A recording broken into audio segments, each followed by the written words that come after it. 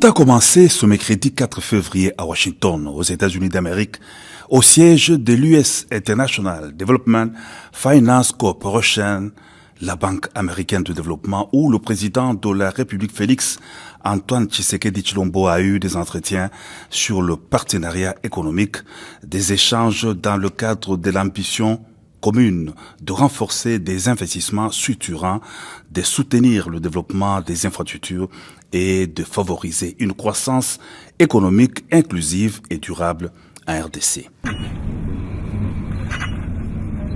En marge du National Prayer Breakfast, le Sénat américain a tenu à recevoir le président de la République, Félix Antoine Tshisekedi Tshilombo, pour s'enquérir de la situation sécuritaire et humanitaire préoccupante dans l'Est de la République démocratique du Congo. Le chef de l'État a ainsi échangé avec le président de la Commission des Affaires étrangères du Sénat, Jim Risch,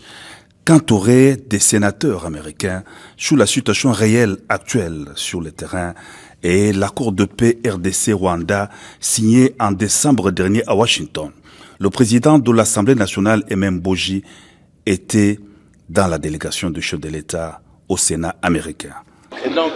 la délégation congolaise qui était conduite par le chef de l'État a présenté la situation actuelle sur terrain avec une très faible évolution de la mise en œuvre de cet accord. Évidemment,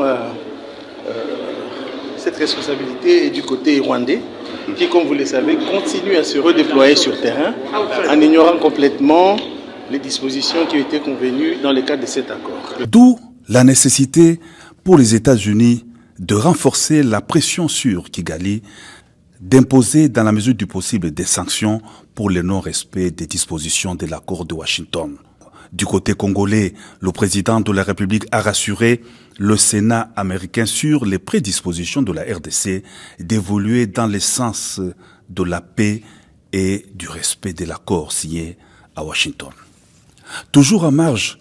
du National Prayer Breakfast, le président de la République, Félix Antoine Tshisekedi Tshilombo, a aussi eu des entretiens constructifs avec le président de la Commission des Affaires étrangères de la Chambre de représentants des États-Unis, Brian Mast, qu'accompagnaient des élus Chris Smith, Sarah Jacob et Gregory Mix. Les échanges ont tourné autour de la situation sécuritaire dans l'Est de la République démocratique du Congo, la mise en œuvre de l'accord de Washington et le partenariat stratégique avec la RDC. D'une rencontre à une autre, le président de la République a aussi eu des entretiens avec le secrétaire à l'intérieur du gouvernement américain sur les minerais critiques, précise le vice-premier ministre de l'Intérieur, Mokoko Samba, qui a pris part à cette rencontre. La conversation aujourd'hui a tourné autour